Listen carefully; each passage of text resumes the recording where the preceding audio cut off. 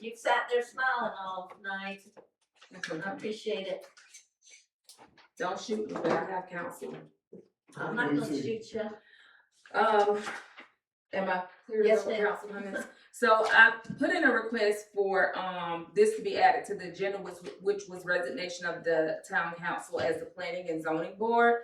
And I wanted to give my input on why I didn't put it as an action item, because I wanted you all to know like why I was moving in that direction before, proceeding.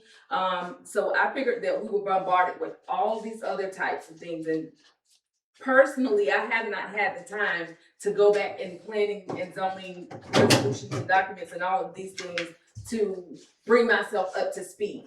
And there's some certain things that require urgency that we need to address, like, for example, well, I'm not gonna give examples of any situations, but If it's urgent, I'd like to know the example. I mean, like, there's been urgent issues that require planning and zoning knowledge that I've had to go back and dig up and try to see, and that a planning and zoning board could be readily available to take this load off us and research it and say, hey, this is what we found, or this is the legacy, or the history of this situation, like such as the Dix thing that I thought was resolved and gone. So I think having a planning and zoning board, as they did years ago and it worked, could relieve us of a lot of that that burden of the planning and zoning thing, the planning and zoning portion that we deal with. But since then, I also want to know if the planning and zoning board, if we dissolve the town or resign as the planning and zoning board, what authorities would we be giving up based off of the ordinance or the charter? Because I don't want to give them total say-so or final say-so of any of planning and zoning decisions. I basically want them to be a resource for us. Does that make sense? And so I don't know what the current authorities that we have, like if we resign, will we be given all authority to the planning and zoning board? No. Historically, the planning and zoning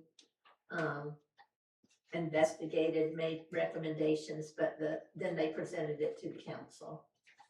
But having said that, and I don't know where you're going with any of this, but we were gonna be given some names of.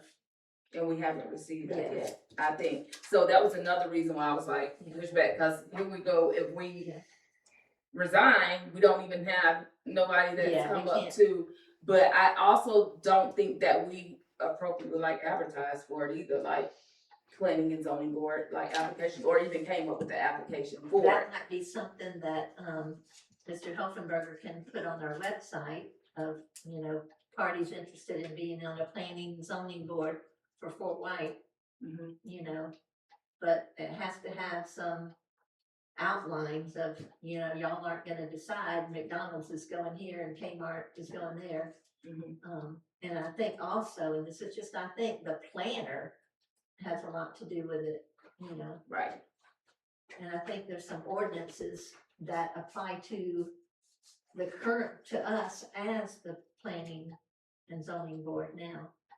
Yeah, that's what I wanted to know. Yeah. If we resign, if those ordinances that give us the authority and final say-so rolls over to the citizen planning board, I want to make sure of that, which I don't know legally if that's what happens. One of the things that you look for in the planning and zoning board, I was on a regional planning commission as a member for 9 years, was special expertise is on there. If you have like somebody that's really has a builder's knowledge of construction, one maybe in zoning enforcement, or something related, or something to do with development of the community, so maybe utilities, all that kind of stuff helps. It doesn't necessarily have to all be that, but if you have some of that expertise on that group, it really helps. Gotcha. So I pulled an old ordinance out of out of an agenda packet, but I don't have a signed copy. Kelly, can you look at ordinance 2021-210? Yep. But, if this was passed, then, the council was designated, as the planning, I guess, agency by ordinance. So if it passed, then I would think, and I know that the council is that, so obviously it passed at some point. But I would think that it would have to be changed by ordinance. We would have to draft an ordinance and then, do the two meetings, two readings and approvals and all that good stuff. And I think, Mr. I'm Walker, just- I was just talking, we were talking. Yes, we're gonna need to look at all of that and get that underway appropriately. Yeah. As you grow, you're gonna start having you're gonna have your land planner involved, you're gonna want to have a separate land planning agency, a land planning and zoning board that's going to deal with quasi judicial issues. And that's your first level of what you have, and then that then goes for ratification, so they're almost always an advisory board to you all. And then, it's all done on a quasi judicial basis, and then it goes to you for final decision. There are some things it that would pass by typically planning and zoning boards will have final say so. On some, it's pretty good. No, they built here when they did. No. Yeah, so that's what I want to clarify, is what, like, do we have control of how much authority we give them? And final say so. You're probably gonna want to give them authority over all zoning matters that come, because it's a first step to then you guys ratifying whatever was done below. And so, I'll give you an example. We just had a very, very contentious hearing, quasi judicial hearing at Planning and Zoning Board for the city of Alachua. And it was an issue that kind of tore the whole city apart, unfortunately. People resigned, it was a very difficult With situation. the subdivision, Yes. yeah, And the Planning and Zoning Board, city hired their own geotechnical staff to look at this and report as to how it was going to affect the environment, because it was a really sensitive geological area that was going into it, so that we had hydrogeologists that testified. And then there was other people that testified as well at Planning and Zoning Board. The Planning and Zoning Board denied the application, said, look, we don't have enough information. And you need to come back to us, developer, with additional test warning, ground penetrator radar, and a lot of information, which is all very expensive stuff to get pulled together. But what all that did was it set the record so that the city doesn't get sued, or if we do get sued, we're in a very strong position that we had the information, the technical expertise in the record to verify that. Now, the developer could take that to the city commission. So far, he has not done that because the city's in a good position. So you want to have a dual step process. It protects you as you grow. so, Mr. Walker, so it could be something, essentially they make the first, for lack of a better term, maybe kind of like recommendation, where Correct. they'll make the decision and we say, hey, we're the final yay or nay. That's And then we could give them basic authorities for like basic special use permits, or those they can have final say. They could, or depending on what we say. That's right. That's Okay, exactly right. depending on what we say. Yes. Okay. Because I thought we were gonna have the attorney draft the ordinance and then put in it what we want. You know what I'm saying? Like say that. That's what I specific- thought. Yeah, and then we would get the people who were involved in whatever. Yeah. And have a timeline. Hey, 90 days from now on this day, or whatever. Well, I think before I make a motion for us to resign, that we need to give Joe the direction to maybe come up with the application to see what caliber of participation or persons that we have that may be, applicable for the job, because we would be the ones that are, voting them on board or, you know, Yes. whatever. So before we resign that, we give him direction to come up with the application and put it out there Yes, before I make that motion. I mean, before I put that on the next agenda. next agenda. But, maybe I misheard. You're suggesting that they approve special events? They could, he's saying they could. I mean, Well, If that's we decided, insurance and, It's whatever the council decides. okay. Whatever, yeah. So they don't do it without going before the council? If we choose, so, if we choose. You can have various things that the planning and zoning board has final authority over. And so we can delineate that in your ordinance as to what those things would be. And you can say, no, we want everything to come back in front of us, or yes, I would that's. say no, just because of insurance and liability and whatnot. Sure. Yes.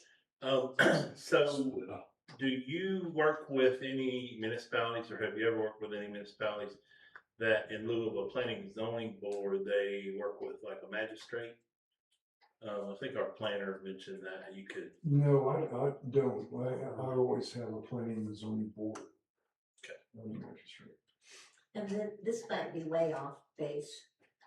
I'm thinking special events, why can't, and we probably can't answer this question, but couldn't a chamber of commerce or a group work to do special events? I think he said, what he said is special use.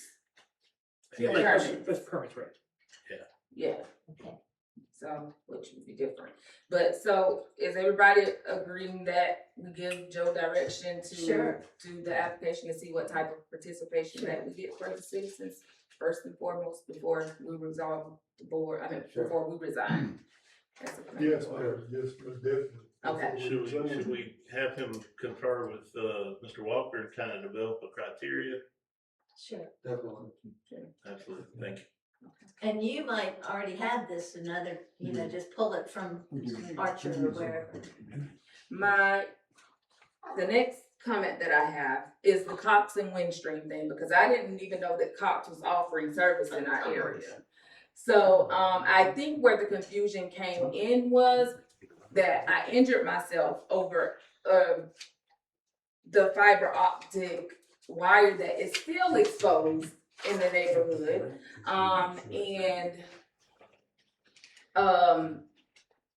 Windstream has not, we have no point of contact for them. I think that anybody that provides a level of service in our community and they're our main service provider, we should be able to call them without going through an 800 number, getting prompts and all of this. Now, I complained about this fiber optic cable back last year, remember? So they did come and they covered it by my mailbox because I tripped last year. So I wasn't, expecting it, to still be, because my area was covered. Well, it's back up again. So, and so I found out through Kelly that we don't even have a point of contact for them, and they won't give us a point of contact. We just have to go through the 800 number that we have, for them. So, and then Windstream was saying it was Cox, and Cox was saying it's not them. Well, long story short, it's Windstream that ran the fiber optic cable to a third party company. And we had no idea or permits pulled or anything that they were doing this. So, I think we may have a little leverage over them because they're gonna be requesting four easements, and I'm gonna bring them to the next council meeting if we're ready, but they better give us some contact information. yeah, so, that was the thing, that we didn't have any permits pulled for them to be doing this fiber optic cable. We didn't know that they were doing the fiber optic cable. It's still exposed in the area. As I told Kelly and them, a child has been, the bicycle tire got caught up in it and went, Wow. yeah, so it's been that way since last year. They ran this So fiber it's optic. washed up or it's just No, bad? they never covered it. So they ran it and they just left it. It's just there. That's bad.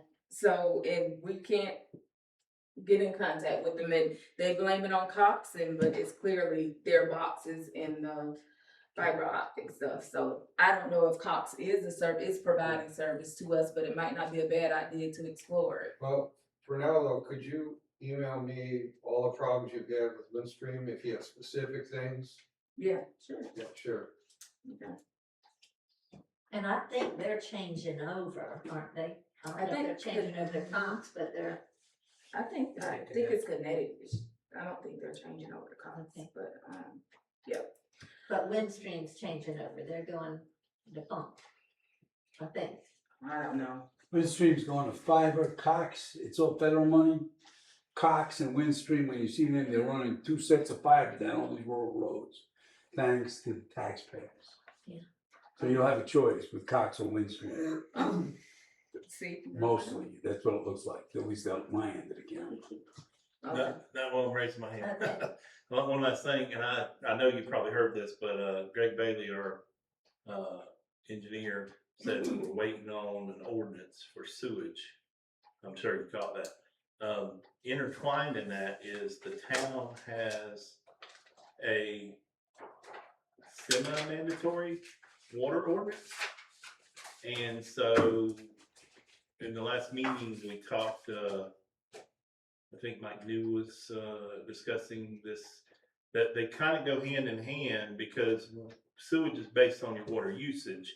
And so right now there's an availability fee for people who don't want to hook up to town water. But that may need to be visited when we do our sewage ordinance. And we may have to mandate water hookup for all residents that hook to sewage. So, I thought we did Yeah, I think, establish that. yeah, Mandatory hookup for both. but I'm telling the attorney, because he's gonna have to draft the ordinance for the sewage and the water. And the sewage is coming in phases, so I don't know that the water would necessarily need to be mandated all at once or when they implement the sewage in their home or business, you know what I mean? Typically you have, you've gotten bond funding or you've had borrowing to establish your wastewater, your, all of your infrastructure. There's typically a ordinance that says if the line is within 200 feet of your property, you're mandated to hook up. Yes. And so there's typically that ordinance that is required. And same with water, the water system. Well, the water has been I mean, we've had a central water system for years, but not all households are hooked up to it. Mhm. So they pay an availability fee. Okay, And if you don't mind, $40. Miss Great. Grady Thomas is one of those individuals. She uses her well. So it's $40 a month. For not using the city water, I pay $40. Right. Well, part of that, like a few dollars is some kind of fee, but it's 39 something. Right, thank you. So anyhow, we're gonna have to figure all that out, how that works with the sewage ordinance. But we got you now. we're good. Thank you. But while you're talking about that, they did say that we could still, if we hook up to city water, we could still use our well for irrigation, you know, to, Yes. correct. I've had another resident ask me about that, and he was asking me how that would work if we would put like irrigation meters on the wells or something. I don't know how that all works. I'm sure Mr. Walker knows the ins and outs of that, how that's. I don't have anything. I did ask Mike New about that. He said, and I think he said when he made his speech, he said that we could still keep our wells to water our lawns and things, wash our cars. He should know. You're in that situation too, right? No, we're Yeah. city water, Mm. but I buy 5-gallon bottle of water.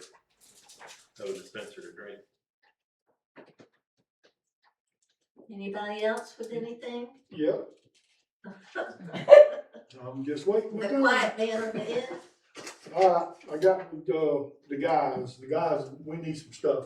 It's getting grass season. Yes. They need a new, blower, edger, and weed eater. I mean, it's in the budget by far, but the three pieces together, they didn't tell me, I didn't get them to give me a total price, city price, but it's gonna be $1,000 to $1,200 for the three pieces. The lawnmower that we kept in service, the old one, we need all 4 tires on it. I don't know What is the status of the new? the new mowers, they got them, Okay, they're in use. I've Okay. seen them They zipping have, around. they bright orange. yeah. Yep. So, And, we need tires for that one mower and 2 tires for the gators. The utility carts. But just letting y'all know that it's well within budget, but Yes. they're gonna be seeing this okay. stuff. And we didn't do any of that stuff when we did the lawnmowers. We talked about needing other stuff. We talked about other stuff, but we never got around to putting it on a little bit at a time. They was hitting me with this. I told them, give me a list. And you might have just answered that question, but I thought you were gonna get that high. We got an edger. Okay, We bought an edger, not Trimmer. a wet, trimmer, no, we didn't buy a trimmer, an edger. That's like the edge bushes and stuff. Yeah. with. Now we need one to do like the sidewalk edging the grass. but do you also need a It's different. trimmer for those tall trees like over, We got that, the Okay. pole saw, we got that. that's what I was asking. Yeah, we got that last time. Good. But just little stuff here, tires and them 3 pieces. That'll just go through Joe. Yeah, Jeff, you could just send me an email. I will when I get the total price, I'll get you total price before I tell them to get it. Sure. Definitely, I want to do that, if I'm bringing it up now. So, Great. that's it. Anybody make a motion to adjourn? Motion to adjourn, 9:46. Second. All those in favor say aye. Aye. Opposed? That's it. Everybody's gonna close.